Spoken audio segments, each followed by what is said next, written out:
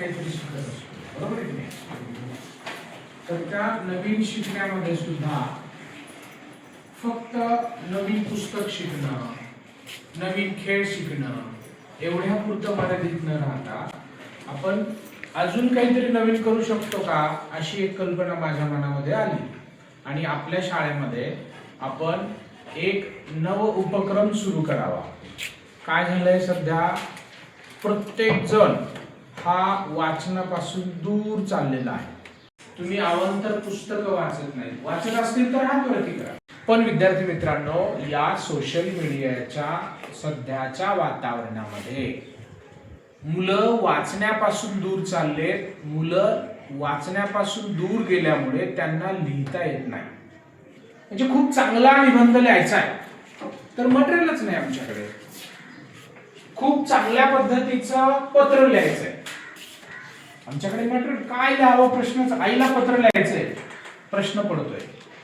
मला एखादी छान कविता लिहायची पण लिहिताच येत नाही.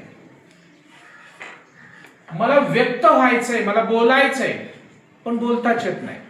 मग या सगळ्या गोष्टी का येत नाहीत याच्यावरती एक आपण शाळेमध्ये उपाय शोधलाय आणि त्याच्यातनच एक नव उपक्रम आपल्याला सुरू करायचा आहे. त्याचं नाव आहे विद्यार्थ्यांनो मोकळे व्हा. कोणाला मोकळं व्हायला आवडेल? मोकळं व्हा म्हणजे काय रे? विद्यार्थ्यांनो मोकळे व्हा म्हणजे काय?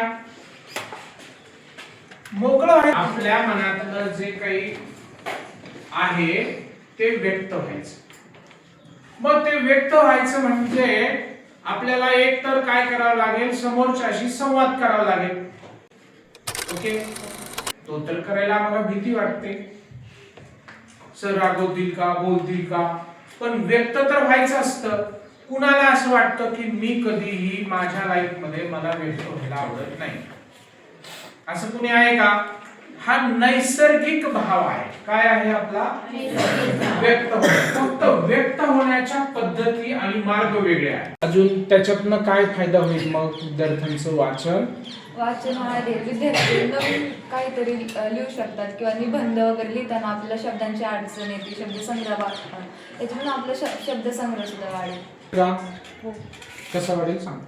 आपण जर रोज तिथे लावलं असतं तर मग वाचलं, जे लिहिलं आणि जर तिथे शो केलं तर ते नियमित वाचलं जाईल आणि वाचलं गेल्यानंतर आपला हळूहळू आत्मविश्वास वाढेल. अजून ते फक्त आपल्या वर्गातलेच मुलं नाही वाचते, बाकीच्या वर्गातले मुलं वाचते, त्यांचाही त्याचा फायदा होतो. ओके, आपली प्रतिभाशक्ती वाढते असते. बरोबर, प्रतिभाशक्तीची वाढ होईल. अजून काय होईल? आपला व्यासंग वाढेल. विचार करण्याचा काय होईल? व्यासंग वाढेल. बरोबर आहे? मिळत नाही. आणि या उपक्रमाने जेवढं आपलं माइंड फ्रेश राहील तेवढं मोबाईलनी हँग होईल. या विद्यार्थ्यांना मोकळे व्हा याचा काय फायदा आहे?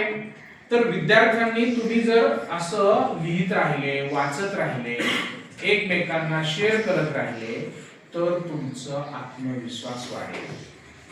कशाबद्दलचा? वाचण्याबद्दलचा पण आणि लिहिण्याबद्दलचा. मग तुम्हाला काव्य करता येईल, मग तुम्हाला कथा लिहिता येईल, मग तुमच्या मनातल्या भावना पत्राद्वारे तुम्ही लिहू शकता. तुमच्या मनातल्या भावना तुम्ही निबंध. त्या उपक्रमाचं नाव आहे विद्यार्थ्यांनो मोकळे व्हा. विद्यार्थ्यांनो मोकळे व्हा. Very good.